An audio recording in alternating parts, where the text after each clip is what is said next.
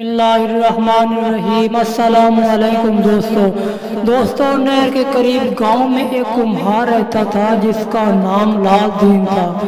उसके हाथ के मट्टी के बने बर्तन पूरे गांव में मशहूर थे। के लिए मट्टी नहर करीब से अपने बूढ़े गधे पर लाद कर लाता था। गुर्बत के सबब उसका गुजर मुश्किल से होता था। उसे बर्तन बनाने काफी वक्त लगता था, मगर उसके बर्तनों की कीमत रोज बरोज कम होती जा रही थी। आज लालदीन अपने गधे के साथ मिट्टी लेने जा चुका था। दोपहर का वक्त आन पहुंचा था। लालदीन सुबह से भूखा था। जल्दी से घड़े तक पहुंचा जहां से पहले भी ये मट्टी निकाला करता था। वहां पहुंचकर उसने मट्टी खोदना शुरू कर दी। अभी ये मट्टी खोद ही रहा था कि उसने मट्टी में एक सुराख देखा।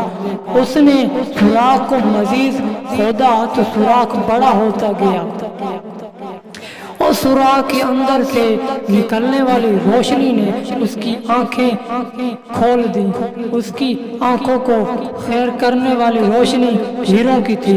लालदीन कभी बूढ़े गधे को देखता जो बोझ उठाने से कासिर था और कभी हीरों को। उसने हीरे गधे पर लादना शुरू कर दिए। जब लालदीन की नजर सांप पर पड़ी जो हीरों के दरमियान मौजूद था तो रुक गया। लालच था कि कम होता मालूम न हो रहा था। लालदीन ने सोचा कुछ मजीद हीरे समेट लो इस हार से। जैसे ही उसने हाथ बढ़ाया, सांप ने उसे डस लिया और वो वहीं ढेर हो गया। हीरों का खजाना वहीं पड़ा रह गया। तो आप नीचे कमेंट्स बॉक्स में कमेंट्स करके हमें बता सकते हैं कि आज का वाक़या आपको कैसा लगा।